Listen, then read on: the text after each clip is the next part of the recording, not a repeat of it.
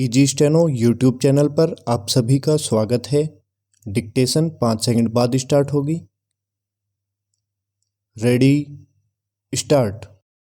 सभापति महोदय, मैं रक्षा मंत्रालय की मांगों का समर्थन करने के लिए खड़ा हुआ हूँ।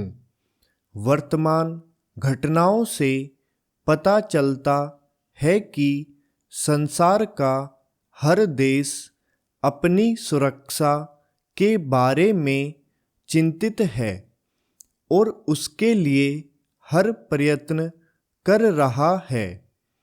इस दृष्टि से अन्य देशों की तरह हमारे देश में भी रक्षा मंत्रालय का महत्व है। मुझे इस बात की खुशी है कि जहां अन्य मंत्रालयों की उनके पिछले साल के कामों के बारे में काफ़ी आलोचना हुई है, वहां इस मंत्रालय की कम आलोचना हुई है। इससे पता चलता है कि इस मंत्रालय ने पिछले साल अच्छा काम किया है। मोटे तौर पर किसी भी देश की सुरक्षा नीति का लक्ष्य यह होता है कि दूसरे देशों, खास तौर से पड़ोसी देशों के साथ मित्रता के संबंध स्थापित हो और हम एक दूसरे के मामलों में हस्तक्षेप न करें। लेकिन उसके साथ यह भी जरूरी होता है कि हम अपने देश की सीमाओं और अखंडता की रक्षा करें। इसलिए हमारे देश का यह कर्तव्य हो जाता है कि हम अपने पड़ोसियों के कार्यों पर पूरी नज़र रखें, क्योंकि आज तक हमारे देश पर जो संकट आए वे हमारे पड़ोसियों से आए हैं। 1965 में पाकिस्तान के साथ जो लड़ाई हुई और उसके बाद ताशकंद में जो समझौता हुआ, वह सिर्फ कागज पर ही रहा। पाकिस्तान ने उस पर कोई अमल नहीं किया। इस दृष्टि से बहुत जरूरी है कि हम अपने देश की सुरक्षा की हर तरह से व्यवस्था करें। हमारा उद्देश्य दूसरों पर आक्रमण करना नहीं है, लेकिन यदि हम पर कोई आक्रमण करे तो हम में इतनी शक्ति अवश्य होनी चाहिए कि हम उसका डटकर सामना कर सकें। आप जानते हैं कि पिछले दिनों पाकिस्तान को अमेरिका और चीन से काफ़ी मदद मिली है। रक्षा मंत्रालय की रिपोर्ट में भी कहा गया है कि पिछले साल अमेरिका ने पाकिस्तान को 1500 करोड़ रुपए की फौजी सहायता दी है। आज जहां हम फौजी सामान के लिए अपने कारखानों की मदद से अपनी शक्ति बढ़ाने का प्रयत्न कर रहे हैं, वहां पाकिस्तान संसार के देशों से फौजी सामान खरीद रहा है। अपनी नीति के कारण वह सब देशों से लाभ उठा रहा है। मेरा सुझाव है कि हम को भी अपनी शक्ति बढ़ाने के लिए संसार के अन्य देशों से अधिक फौजी सामान खरीदना चाहिए। आज तिब्बत की सीमा पर चीन की 1.5 लाख फौज खड़ी है। सभापति महोदय, प्रतिदिन छोटी मोटी झड़पें होती रहती है।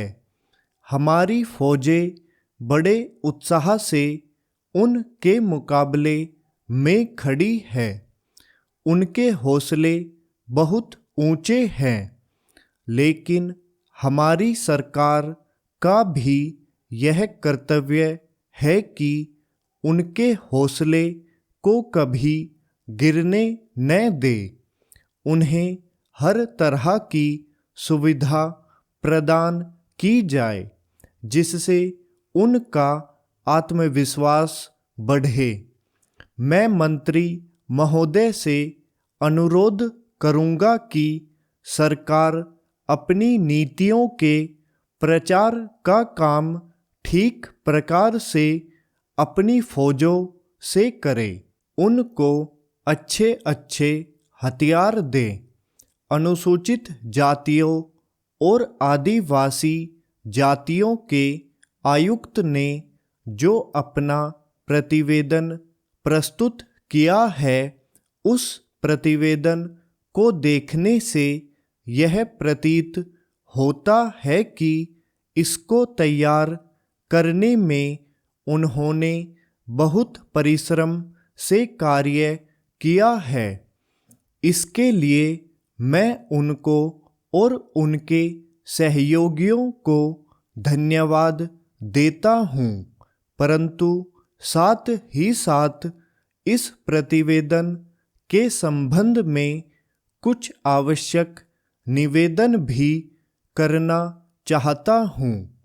पहली बात तो यह है कि इस प्रतिवेदन को देखने से ऐसा प्रतीत होता है कि इन कार्यों के लिए जिस धन का उपयोग होता है वह 3 साधनों से उपलब्ध होता है। केंद्र सरकार द्वारा, राज्य सरकारों द्वारा और कुछ गैर सरकारी संस्थाओं द्वारा। प्रतिवेदन के अनुसार जितना धन इन कार्यों पर व्यय करने के लिए दिया जाता है, उतना धन पूरी तरह से व्यय नहीं हो पाता। मैं यह नहीं कह सकता कि आवश्यकता से अधिक धन दिया जाता है या कार्यकर्ताओं को वह धन प्राप्त ही नहीं होता, जिसके कारण से वह बिना खर्च हुए बच जाता है।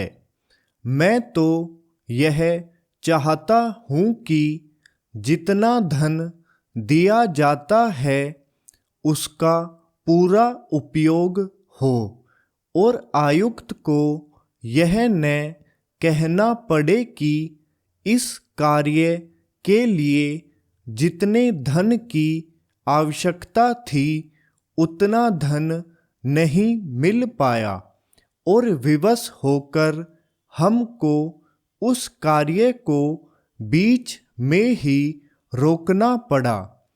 जहाँ तक राज्य सरकारों का संबंध है, बहुत सी राज्य सरकारें अभी तक इस कार्य में असावधानी से काम ले रही है और इस कार्य को उपेक्षा की दृष्टि से देखती है।